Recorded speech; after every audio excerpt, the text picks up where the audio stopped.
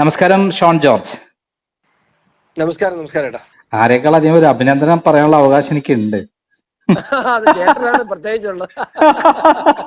ഏറ്റവും കൂടുതൽ എന്നെ ഈ കാര്യത്തിൽ സംശയിച്ച ആള് ചേട്ടനാണ്. ഞാൻ താങ്കളെയല്ല സംശയിച്ചിട്ടുള്ളത്. അത് മനസ്സിലാക്ക, താങ്കളെ സംശയിച്ചിട്ടേ ഇല്ല. അതുകൊണ്ടാണ് താങ്കളായിട്ടുള്ള ഇത്. ഇല്ല, അല്ലാതെ എല്ലാ വെടിക്കെട്ട് വരുന്നേ ഉള്ളൂ, തുടങ്ങിയിട്ടുള്ളൂ. അല്ല, അത് അത് നടന്നാ മതി. കാരണം ഇനി അദ്ദേഹം പോകണ നേരെ ഹൈക്കോടതി പോവും, സുപ്രീം കോടതി പോവും. എന്നാലും ഞാൻ ചേട്ടാ, ഈ ഒരു പാവം കുഞ്ഞാറുകാരന് ചെയ്യാൻ പറ്റുന്നതിന്റെ അപ്പുറത്ത് നമ്മൾ ചെയ്ത് അതിക്കുള്ളൊന്നും എന്നെ കൊണ്ട് പറ്റിയെന്ന് ചേട്ടാ. നമ്മുടെ പരിമിതി ഉണ്ടല്ലോ നമുക്ക്. ഷോൺ ജോർജ് എന്ന് പറയുന്നത് PC ജോർജിന്റെ മകനാണ്. ഇപ്പൊ BJPന്റെ സമുന്നതനായ കേരളത്തിലെ ഏറ്റവും നമ്പർ 1 ആളായി മാറുകയാണ്. അത് 100% സത്യം. പക്ഷെ ഞാൻ ഒന്നുമില്ലാത്ത, ഞാൻ ഒറ്റയ്ക്കാണ് അദ്ദേഹത്തോട് ഫൈറ്റ് ചെയ്ത് ഓർക്കണം അതെ അതെ, ഒരു കാലഘട്ടത്തിൽ. ഞാൻ പറഞ്ഞതേ അല്ല, നമുക്കേ ഇപ്പൊ എന്നെ സംബന്ധിച്ചിടത്തോളം ഉള്ള കാര്യം പറയല്ലേ, എനിക്ക് രാജീവ് ചന്ദ്രശേഖരൻ എന്ന് പറയുന്ന ഒരു പില്ലർ എന്റെ കൂടെ നിന്നതുകൊണ്ട് മാത്രമാണ് എനിക്ക് ഇത് ഇവിടം വരെ എത്തിക്കാൻ പറ്റുന്നത്. എവിടെ എത്തില്ല. ചേട്ടൻ പറഞ്ഞ സത്യസന്ധമായി ഞാൻ പറയുന്നു. ചേട്ടൻ പറയുന്നത് ഞാൻ അംഗീകരിക്കുന്നു. രാജീവ് ചന്ദ്രശേഖരൻ എന്ന് പറഞ്ഞ വ്യക്തി ഇല്ലെങ്കിൽ ഇത് ഈ കേസൊന്നും എവിടെ എത്തില്ല. അഭിനന്ദനങ്ങള്. Thank you. കാരണം താങ്കള് നടത്തിയ പോരാട്ടത്തിന് അന്നു മുതൽ ഇന്ന് വരെ പിന്തുണ നൽകുന്ന ആളാണ്. പക്ഷെ BJPയെ സംശയിച്ച ഒരാളാണ് ഞാൻ. ഇപ്പോൾ അത് മാറിയിരിക്കുന്നു. ഇപ്പോൾ ഉണ്ടായിട്ടുള്ള ഡെവലപ്മെന്റിനെ കുറിച്ച് അങ്ങേക്ക് എന്താണ് പറയാനുള്ളത്? അല്ല, അങ്ങയെ പോലെയുള്ള ആളുകൾക്ക് എന്റെ പ്രസ്ഥാനത്തോടുള്ള സംശയം മാറ്റാൻ കഴിഞ്ഞു എന്ന് പറയുന്നത്, അതാണ് ഞാൻ ഇന്ന് ഈ വിഷയത്തിൽ, ഈ കേസിൽ എനിക്ക് ഏറ്റവും അഭിമാനമുള്ള ഒരു കാര്യം അതാണ്. ഇവിടെ എല്ലാ കാലത്തും പറഞ്ഞുകൊണ്ടിരുന്ന അഡ്ജസ്റ്റ്മെന്റ് രാഷ്ട്രീയമല്ല. BJPയും നരേന്ദ്രമോദിയും ആരാണ് എന്നുള്ളത് ഈ കേസ് കൃത്യമായി വന്നപ്പോൾ കേരള ജനതയ്ക്ക് ഒരു പരിധി വരെ കൃത്യമായി ബോധ്യപ്പെടുത്താൻ കഴിഞ്ഞു. അതിനൊരു കാരണമാകാൻ കഴിഞ്ഞു എന്നുള്ളത് ഞാൻ അഭിമാനിക്കുന്നു. എന്റെ ഏറ്റവും വലിയ അഭിമാനം അത് തന്നെയാണ്. ചേട്ടൻ ഇപ്പൊ പറഞ്ഞതാണ് എന്റെ അഭിമാനം. അതോടൊപ്പം തന്നെ താങ്കളുടെ ഏറ്റവും അധികം മനസ്സിന് വിഷമിപ്പിച്ച ഒരു സംഭവത്തിൽ നിന്നാണല്ലോ ഇത് തുടക്കമിട്ടത്. അതായത് താങ്കളുടെ പിതാവിന് അന്യായമായി ഒരു കൂട്ടം പോലീസുകാർ ഭരണത്തിന്റെ എല്ലാ സൗകര്യങ്ങളും ഉപയോഗിച്ച് അറസ്റ്റ് ചെയ്ത് കൊണ്ടുപോയതാണല്ലോ താങ്കൾ ഇതിലേക്ക് നയിച്ചത്. അത് ആ അതിൽ നിന്നുണ്ടായ അത് എത്രമാത്രം താങ്കൾക്ക് പ്രചോദനം നൽകിയിട്ടുണ്ട്?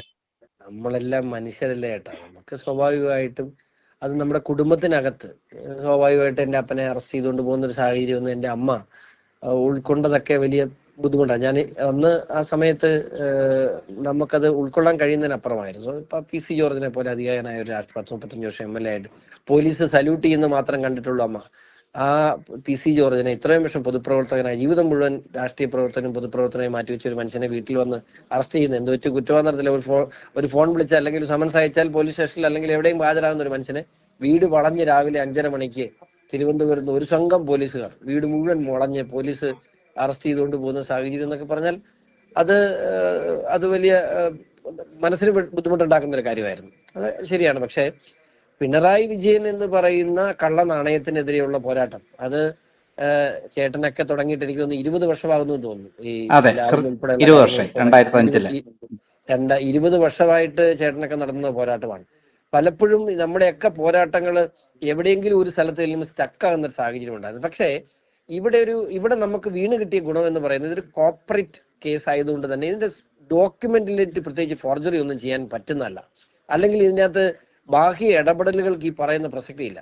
ഞാൻ കേസ് ഫയൽ ചെയ്യുമ്പോൾ 2 മാസത്തെ ഹോംവർക്കിലാണ് ഞാൻ കേസ് ഫയൽ ചെയ്യുന്നത്. ആ 2 മാസത്തെ ഹോംവർക്ക് കൊണ്ട് തന്നെ ഈ കേസ് കൃത്യമായിട്ട് ഇപ്പൊ SFIയുടെ അന്വേഷണം പോലും ആവശ്യം, SFI കൂടുതലൊന്നും അന്വേഷിക്കേണ്ടി വന്നില്ല. കാരണം ഞങ്ങൾ കൊടുത്ത ഡോക്യുമെന്റ്സ് തന്നെ അത് കൃത്യമായി വെരിഫൈ ചെയ്താൽ ഇപ്പൊ പറയുന്ന ചാർജ് ഷീറ്റ് എഴുതാം. അതിനപ്പുറത്തേക്ക് കൂടുതൽ ഒരു വെരിഫിക്കേഷൻ വേണ്ട, അത്രമാത്രം ഡോക്യുമെന്റ്സ് നമ്മൾ കൊടുത്തിട്ടുണ്ടായിരുന്നു. അപ്പൊ അതുകൊണ്ട് തന്നെ ഈ കേസ് എത്തിക്കാൻ പറ്റുന്ന നല്ല ഉത്തമമായ വിശ്വാസം, ആർക്കും ഇതിനെ തടയാൻ കഴിയില്ലെന്നുള്ള നല്ല വിശ്വാസത്തോടു കൂടി തന്നെയാണ് പോയത്. പിന്നെ ഇപ്പൊ ചേട്ടൻ പറഞ്ഞ പോലെ നമുക്കൊക്കെ മനസ്സിന്റെ ഉള്ളിൽ സ്വാഭാവികമായിട്ടും നമ്മളെ ഇത്രയേറെ ദ്രോഹിച്ചൊരു വ്യക്തിയോട് നമുക്ക്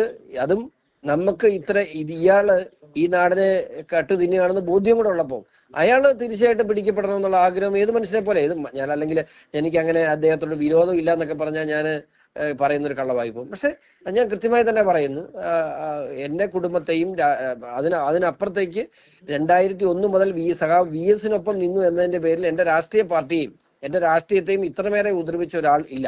അപ്പൊ സ്വാഭാവികമായും അദ്ദേഹത്തിന്റെ ഒരു കള്ളത്തരം പുറത്തു കൊണ്ടുവരാൻ ഞാൻ ആവേശം കാണിച്ചു എന്നുള്ള സത്യമാണ്. പക്ഷെ ഒരു ഘട്ടം കഴിഞ്ഞപ്പോൾ ഇതെനിക്ക് അതിനപ്പുറത്തേക്ക് ഇതെന്റെ സാമൂഹിക പ്രതിബദ്ധതയായി മാറി.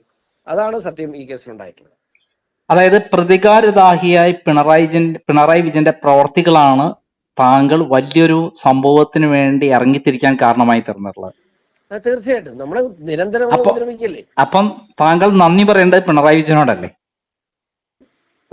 അത് തീർച്ചയായിട്ടും പിണറായി വിജയന് ഞാൻ എന്തിനാ നന്ദി പറയുന്നത് അദ്ദേഹത്തോട്?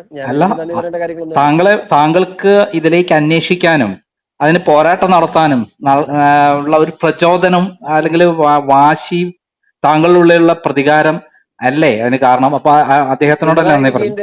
പിണറായി വിജയന്റെ ചുറ്റും നിൽക്കുന്ന ആളുകളുണ്ട് ഈ പുള്ളിയുടെ പ്രീതിക്ക് വേണ്ടി ഈ ഇത്തരം കോലം കെട്ടുകൾക്ക് അല്ലെങ്കിൽ പി സി ജോർജിനെ വീട്ടിൽ കയറി അറസ്റ്റ് ചെയ്യാൻ ഉൾപ്പെടെയുള്ള കാര്യങ്ങൾക്കൊക്കെ പുള്ളിക്ക് ഉപദേശം കൊടുക്കുന്ന കുറെ ആളുകൾ. ആ ആളുകൾക്കാണ് പ്രത്യേകം നന്ദി പറയേണ്ടത്. കാരണം അത്തരം കാര്യങ്ങളിലേക്ക് വന്നുകൊണ്ടാണല്ലോ നമുക്കും ഇതൊരു വാശിയായി മാറിയത്. താങ്കൾ ഇറങ്ങി പുറപ്പെട്ടപ്പോൾ താങ്കൾ ഇപ്പോൾ പിണറായി വിജയനെ എങ്ങനെയാണ് വിലയിരുത്തുന്നത്? ഒരു കാര്യം തീർത്ത് പറയാം, കക്കാൻ പഠിച്ചാൽ നിൽക്കാനും പഠിച്ചൊരു വ്യക്തിയാണ് പിണറായി വിജയൻ. പക്ഷേ ഇവിടെ കാര്യങ്ങൾ കുറച്ച് ഡിജിറ്റലൈസ് ആയിപ്പോയി, അതൊന്നും മായ്ക്കാൻ പറ്റാതെ. ഞാനൊരു കാര്യം പറയട്ടെ, ഈ കഴിഞ്ഞ 1.5 വർഷക്കാലത്തിനിടയിൽ ഞാൻ എത്ര ഹൈക്കോടതിയെ സമീപിച്ചെന്ന് ചേട്ടൻ അറിയാലോ.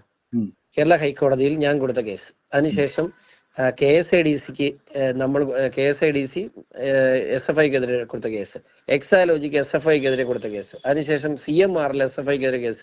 ഈ എല്ലാ കോടതിയിലും നമ്മൾ ഇതിനെ ഫോളോ ചെയ്ത് നമ്മൾ ഇതിനെ നേരിട്ടു. എന്തുകൊണ്ടാണ്? എനിക്ക് അതിനുള്ള സാമ്പത്തിക ശേഷിയൊന്നുമില്ല. അവർ കൊണ്ടുവരുന്ന വക്കീലന്മാര്, അവർ കൊണ്ടുവരുന്ന അഭിഭാഷകരെ സുപ്രീം കോടതിയിൽ ഏറ്റവും സീനിയർ ലോയേഴ്സിനാണ് കൊണ്ട് ഇറക്കിയത്. ഈ KSIDCക്ക് മാത്രം 2 കോടി രൂപ എനിക്കെതിരെ കേസ് കളിച്ച് 2 കോടി രൂപ ചെലവുണ്ട്. അതുപോലെ ബാംഗ്ലൂർ ഹൈക്കോടതിയിൽ കൊണ്ടുവന്നത് ഇന്ത്യയിലെ തന്നെ ഏറ്റവും വലിയ അഭിഭാഷകനാണ്.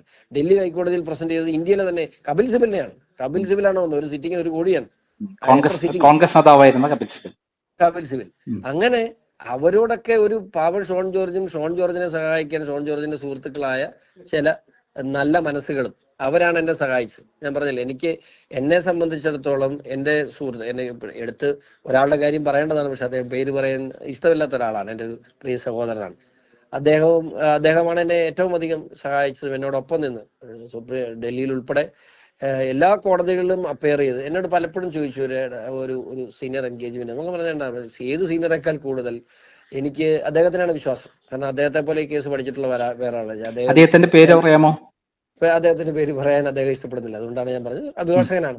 ഞാൻ പറഞ്ഞത് അദ്ദേഹത്തെ പോലെ സാമൂഹിക പ്രതിബദ്ധതയുള്ള അദ്ദേഹത്തിന് പിണറായി വിജയനോട് പ്രത്യേകിച്ച് വിരോധമൊന്നുമില്ല. പക്ഷെ ഈ ഫ്രോഡ് നടന്നിട്ടുള്ളതാണ് എന്ന് ആരെക്കാൾ ബോധ്യം അദ്ദേഹത്തിന് വന്നതിന് ശേഷമാണ് അദ്ദേഹം എന്നോടൊപ്പം ഈ പോരാട്ടത്തിന് ഇറങ്ങി തിരിച്ചത്. തീർച്ചയായിട്ടും അങ്ങനെ കുറെ നല്ല മനസ്സുകൾ ഇല്ലായിരുന്നെങ്കിൽ, അല്ലെങ്കിൽ ഞാനൊരു കാര്യം പറഞ്ഞു, ഞാനൊരു അഭിഭാഷകനാണ്, അല്ലെങ്കിൽ എനിക്ക് കോർപ്പറേറ്റ് രംഗത്തും അഭിഭാഷക രംഗത്തും എന്നെ സഹായിക്കാൻ ആളുകളുണ്ട്. ഒരു സാധാരണക്കാരന് എങ്ങനെ ഈ കേസ് മുമ്പോട്ട് കൊണ്ടുപോകാൻ പറ്റും? പറ്റില്ല. അവർക്ക് നേരിടാൻ പറ്റില്ല. ഇപ്പൊ ഇവർ കൊടുത്ത കേസിനെ നേരിടാൻ തന്നെ കോടിക്കണക്കിന് രൂപ ഫീസ് ഇനത്തിൽ ചെലവഴിക്കേണ്ടി വരും ഒരു സാധാരണക്കാരൻ പോയാൽ. അങ്ങനെ എല്ലാ ഘട്ടത്തിലും ഇവർക്കെതിരെയുള്ള എല്ലാ വിഷയങ്ങളും എല്ലാ ഘട്ടത്തിലും ഇവർ ഇങ്ങനെയാണ് തകർത്ത് കളയുന്നത്. ഇനിയിപ്പോ ഞാനൊരു കാര്യം പറയട്ടെ, ഈ മിനിങ്ങാന്ന് ഡൽഹി ഹൈക്കോടതിയിൽ ഈ കേസിന് സ്റ്റേ കിട്ടിയിരുന്നെങ്കിൽ ഈ കേസ് പോയി. കാരണം അതിന്റെ ഹിയറിംഗ് കഴിയുമ്പോൾ ഇനി 6 മാസം 7 മാസം കഴിയും.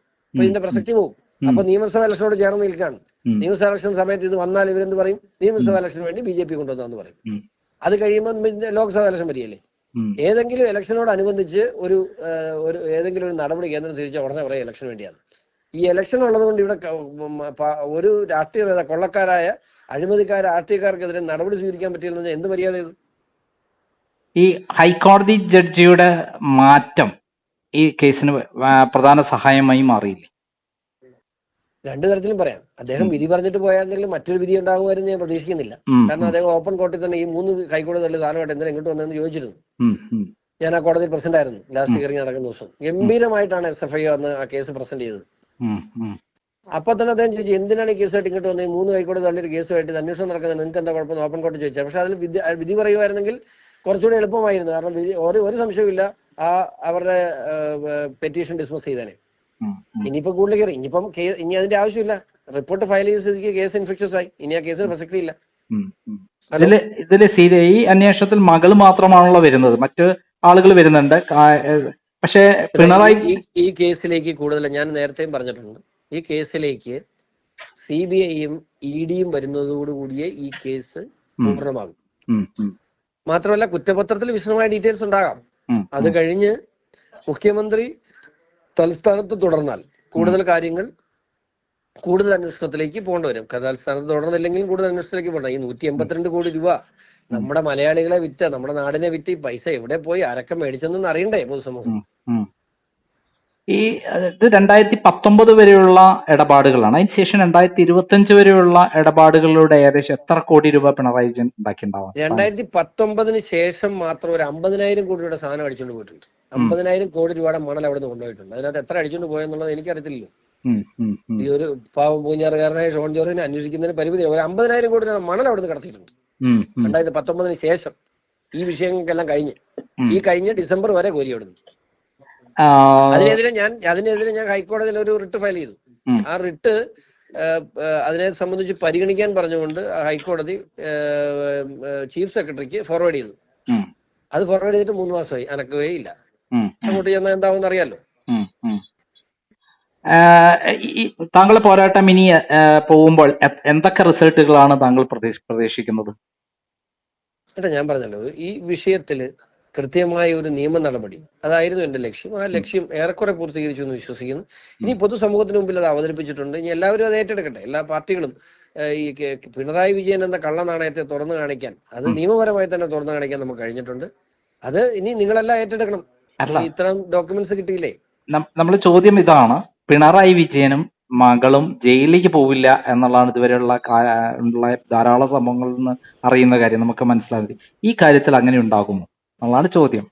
ഇപ്പോഴുള്ള SFIയുടെ റിപ്പോർട്ട് പ്രകാരം വീണ വിജയൻ ശിക്ഷിക്കപ്പെടും. അതിന് ഒരു സംശയമില്ല.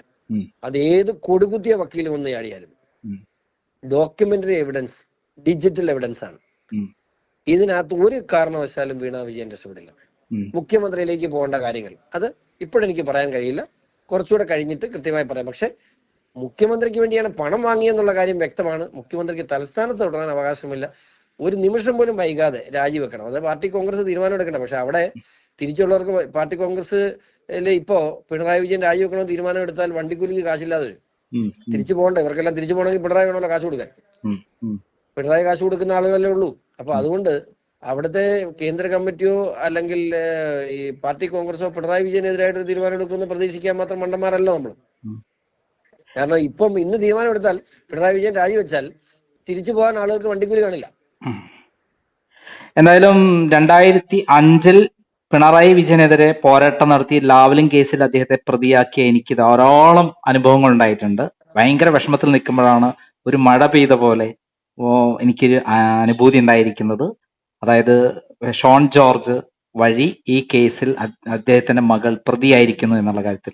എന്തായാലും താങ്കൾക്ക് അഭിനന്ദനം നേരുന്നു. താങ്കൾ പോരാട്ടം നിർത്തരുത്, പോരാട്ടം തുടരണം. അവസാനത്തെ റിസൾട്ട് വരെ താങ്കൾ പോരാട്ടം നടത്തണമെന്നാണ് എനിക്ക് അഭ്യർത്ഥിക്കാനുള്ളത്. തീർച്ചയായിട്ടും. Okay, thank you.